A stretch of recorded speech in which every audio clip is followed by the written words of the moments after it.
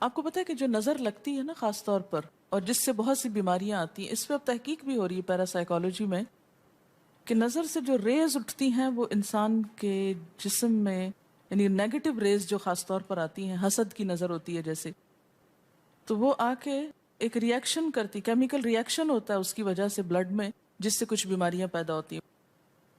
حدیث میں آپ کو سنا دیتی ہوں۔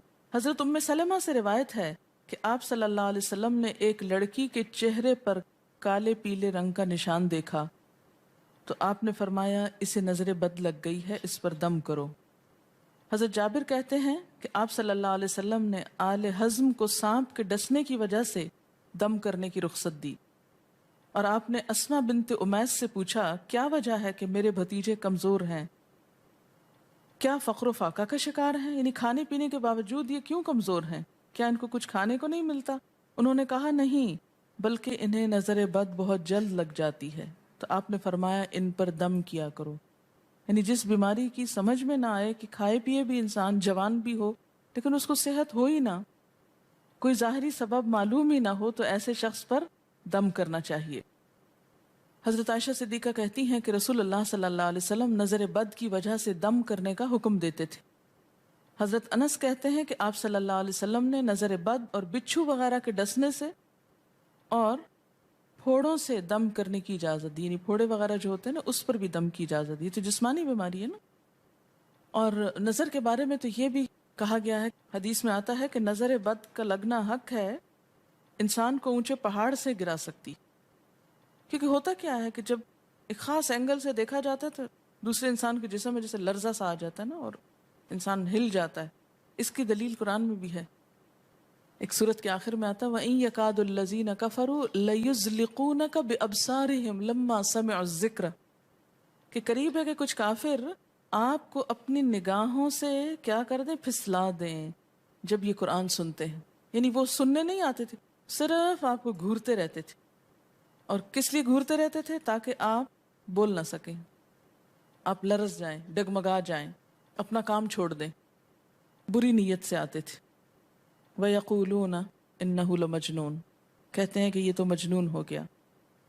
آپ صلی اللہ علیہ وسلم نے فرمایا نظر بد حق ہے، اگر تقدیر سے کوئی چیز سبقت لے جا سکتی ہوتی تو وہ نظر بد ہے۔ پتہ کیسے چلے؟ چل جاتا ہے، پتہ کیوں نہیں چلتا؟ مثلاً آپ کا بچہ ہنس رہا تھا، کھیل رہا تھا، دودھ پی رہا تھا کہ اچانک کوئی شخص آیا اور جب وہ اٹھا تو بچے نے شور کرنا شروع کر دیا، اور پتہ چل جاتا ہے۔ بعض اوقات گھر ہی کے لوگوں کی لگ جاتی، بعض اوقات محبت سے بھی لگ جاتی، کہ بچہ کھیل رہا تھا، آپ دیکھتے کہ وہ گر پڑا، اچانک رونا دھونا شروع ہو گیا، سر پٹ گیا۔ حدیث میں آتا ہے نظر بد انسان کو موت تک اور اونٹ کو ہانڈی تک پہنچا دیتی ہے۔ اونٹ کو ہانڈی تک پہنچانے کا مطلب کیا ہے؟ ذبح کرنا پڑ جاتا ہے، تڑپنے لگتا ہے۔ آپ صلی اللہ علیہ وسلم نے فرمایا اللہ کی قضاء اور تقدیر کے بعد سب سے زیادہ نظر بد کی وجہ سے میری امت میں اموات ہوں گی۔ آپ صلی اللہ علیہ وسلم نے فرمایا نظر بد سے اللہ کی پناہ طلب کیا کرو، کیونکہ نظر بد کا لگنا حق ہے۔ اسما بنت امیس نے آپ سے گزارش کی کہ بنو جعفر کو نظر بد لگ جاتی ہے تو کیا وہ ان پہ دم کر سکتی ہیں؟ آپ نے فرمایا ہاں، یعنی ایک عورت بھی دم کر سکتی ہے، اور اگر تقدیر سے کوئی چیز سبقت لے جانے والی ہوتی تو وہ نظر بد ہے۔ آپ نے فرمایا بے شک نظر بد انسان پر اثر انداز ہوتی ہے، حتیٰ کہ اگر وہ ایک اونچی جگہ پر ہو تو نظر کی وجہ سے گر بھی سکتا ہے، یعنی فزیکلی بھی اثر انداز ہوتی۔ اور آپ دیکھیں کہ وہ قرآن پاک میں نہیں آتا وَمِن شَرِّ حَاسِدٍ إِذَا حَسَد، اور حاسد کے شر سے جب وہ حسد کرے، تو نظر بد ہوتی کس کی ہے؟ حاسد کی ہوتی۔ بری نظر کس کی ہوتی ہے؟ حاسد کی۔ تو جو صبح شام 3 دفعہ یہ پڑھتے رہیں ان کو حاسد کچھ نہیں کر سکتے، ان کا کچھ نہیں بگاڑ سکتے، جتنا چاہیں گھورتے رہیں۔ اسی طرح ابن کثیر نے کہا کہ نظر بد کا اللہ کے حکم سے لگنا اور اثر انداز ہونا حق ہے۔ تو جب اللہ کی پناہ لیتے ہیں نا قل اعوذ برب الفلق قل اعوذ برب الناس، تو آپ نے اللہ کے پناہ لے لی، شیلٹر میں آ گئے آپ۔ اب ہر چیز بیکار ہو رہی ہے، سب نظریں وظریں، اور اگر لگتی بھی ہے انسان کو تو کس سے؟ اللہ کے اذن سے لگتی۔ حافظ ابن حجر کہتے ہیں کہ نظر بد کی حقیقت کچھ یوں ہے کہ ایک خبیث الطبع انسان اپنی حاسدانہ نظر جس شخص پر ڈالے تو اسے نقصان پہنچے۔ ابن قیم کہتے ہیں کچھ کم علم لوگوں نے نظر بد کی تاثیر کو باطل قرار دیا ہے، اور ان کا کہنا ہے کہ یہ محض توہم پرستی ہے اور اس کی کوئی حقیقت نہیں، لیکن حقیقت یہ ہے کہ یہ لوگ سب سے زیادہ جاہل اور ارواح کی صفات اور ان کی تاثیر سے ناواقف ہیں، اور ان کی عقلوں پہ پردہ پڑا ہوا ہے، جبکہ تمام امتوں کے عقلاء باوجود اختلاف مذاہب کے نظر بد سے انکار نہیں کرتے. یعنی صرف اسلام میں نہیں، دیگر مذاہب میں بھی یہ کانسیپٹ پایا جاتا ہے. اگرچہ نظر بد کے سبب اور اس کی جہت تاثیر کے سلسلے میں ان میں اختلاف ہے. پھر کہتے ہیں اس میں کوئی شک نہیں کہ اللہ تعالیٰ نے جسموں اور روحوں میں مختلف طاقتیں اور طبیعتیں پیدا کی ہیں، اور ان میں کئی خواص اور اثر انداز ہونے والی کیفیات ودیت کی ہیں. آپ دیکھیں کہ لو چلتی ہے تو اثر نہیں ہوتا، اس کا بھی تو اثر ہوتا ہے نا، حالانکہ وہ نظر نہیں آ رہی ہوتی. اور کسی عقل مند کے لیے ممکن نہیں کہ وہ جسموں میں روحوں کی تاثیر سے انکار کرے، کیونکہ یہ چیز خود دیکھی اور محسوس کی جا سکتی ہے. اور آپ دیکھ سکتے ہیں کہ ایک شخص کا چہرہ اس وقت انتہائی سرخ ہو جاتا ہے جب اس کی طرف وہ انسان دیکھتا ہے جس کا وہ احترام کرتا ہے، اور اس سے شرماتا ہو، اور اس وقت پیلا پڑ جاتا ہے جب اس کی طرف ایک ایسا آدمی دیکھتا ہے جس سے وہ ڈرتا ہو. یعنی جس سے آپ ڈرتے ہیں وہ آپ کو دیکھے تو آپ کا رنگ پیلا ہو جاتا ہے.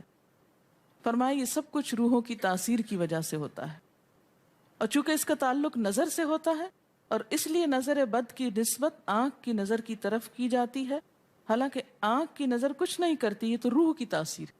یعنی نظر یہ نظر نہیں ہے صرف، بلکہ اندر سے روح یا احساسات ہیں جو ٹرانسفر ہوتے ہیں. آپ دیکھیں کہ محبت کی نظر کیا اثر نہیں کرتی؟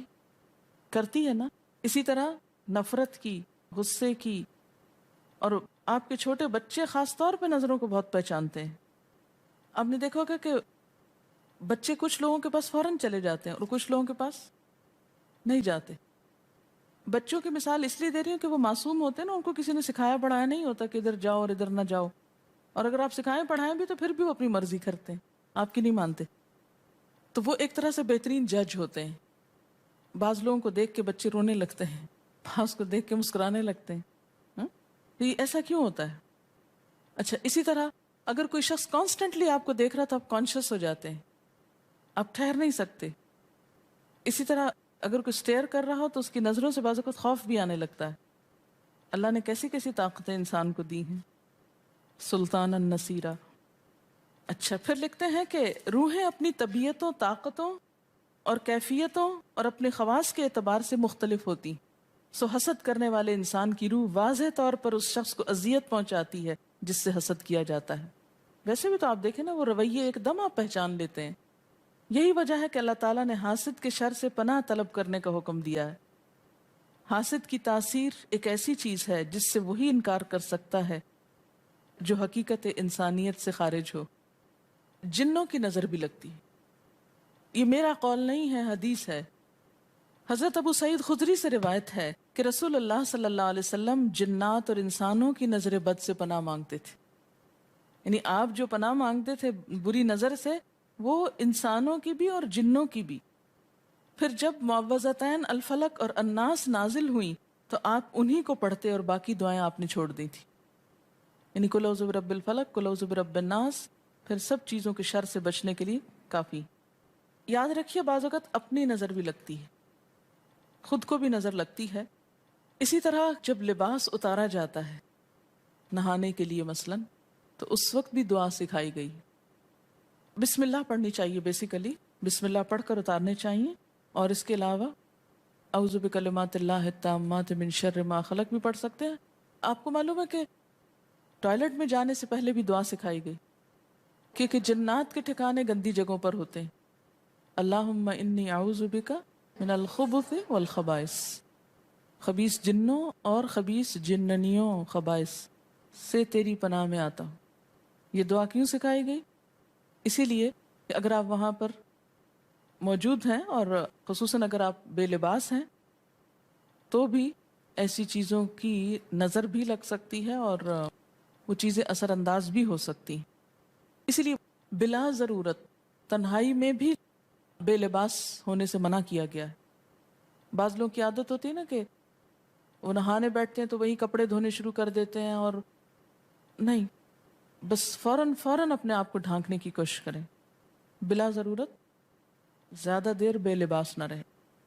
ایک حدیث میں آتا ہے، ابو امامہ کہتے ہیں کہ میرے باپ سہل بن حنیف نے غسل کا ارادہ کیا، اور جب قمیص اتاری تو عامر بن ربیعہ ان کی طرف دیکھ رہے تھے۔ ان کا رنگ انتہائی سفید تھا اور جلد بہت خوبصورت تھی۔ عامر نے دیکھتے ہی کہا، میں نے آج تک اتنی خوبصورت جلد کسی کنواری لڑکی کی بھی نہیں دیکھی۔ ان کا یہ کہنا تھا کہ سہل کو شدید بخار شروع ہو گیا۔ چنانچہ نبی صلی اللہ علیہ وسلم کو یہ قصہ بتایا گیا، اور آپ سے یہ بھی کہا گیا کہ سہل کی حالت یہ ہے کہ وہ سر بھی نہیں اٹھا سکتا۔ آپ نے پوچھا، کیا تمہیں کسی پہ شک ہے؟ انہوں نے کہا، جی ہاں، عامر بن ربیعہ پہ ہو سکتا ہے۔ آپ نے انہیں بلوایا اور ناراضگی کا اظہار کرتے ہوئے فرمایا، تم میں سے کوئی ایک کیوں اپنے بھائی کو قتل کرتا ہے؟ کیا تم بارک اللہ نہیں کہہ سکتے تھے؟ اس لیے اب غسل کرو، اور اس غسل کا پانی کس پہ ڈالا جائے؟ جس کو نظر لگی۔ عامر نے اپنا چہرہ، ہاتھ، کوہنیاں، ٹخنے، پاؤں اور اپنی چادر کے اندرونی حصے دھوئے، پھر اسی پانی کو آپ نے سہل کے اوپر پیچھے سے بہا دی، یہ نہیں کہ اس کے منہ پہ ڈالنا، پیچھے سے بہا دیا، اور سہل فوراً ٹھیک ہو گئے۔ اس کا طریقہ بتایا گیا اس غسل کا۔ ابن شہاب زہری کا کہنا ہے کہ ہمارے زمانے کے علماء نے غسل کی یہ کیفیت بیان کی ہے، جس آدمی کی نظر لگی ہو اس کے سامنے ایک برتن رکھ دیا جائے، جس میں وہ سب سے پہلے کلی کرے اور پانی اسی برتن میں گرائے، پھر اپنا چہرہ دھوئے، پھر اسی پانی کے ذریعے اپنے ہتھیلیاں، دائیں ہاتھ اور ہتھیلی پہ پانی بہائے، پھر بائیں پر، اور پھر دائیں کوہنی پر، پھر بائیں کوہنی پر، پھر بائیں ہاتھ سے اپنا دایاں پاؤں دھوئے، پھر دائیں ہاتھ سے بایاں پاؤں دھوئے، اور پھر اسی طرح گھٹنوں پہ پانی بہائے، اور پھر یاد رہے کہ سارا پانی برتن کے اندر جائے، اور اس کے بعد جس شخص کو نظر لگی ہو اس کے سر کی پچھلی جانب سے وہ پانی ایک ہی بار بہا دیا جائے۔ حضرت عائشہ کہتی ہیں کہ جس شخص کو بری نظر لگتی اس کو اسی طرح غسل کروایا جاتا۔ اب بعض اوقات یہ نہیں پتا چلتا کس کی لگی، ایسی صورت میں پھر طریقہ کیا ہے علاج کا؟ مریض کے سر پہ ہاتھ رکھ کر یہ دعا پڑھی جائے، بسم اللہ ارقیک من کل داء یؤذیک من کل نفس او عین حاسد اللہ یشفیک بسم اللہ ارقیک۔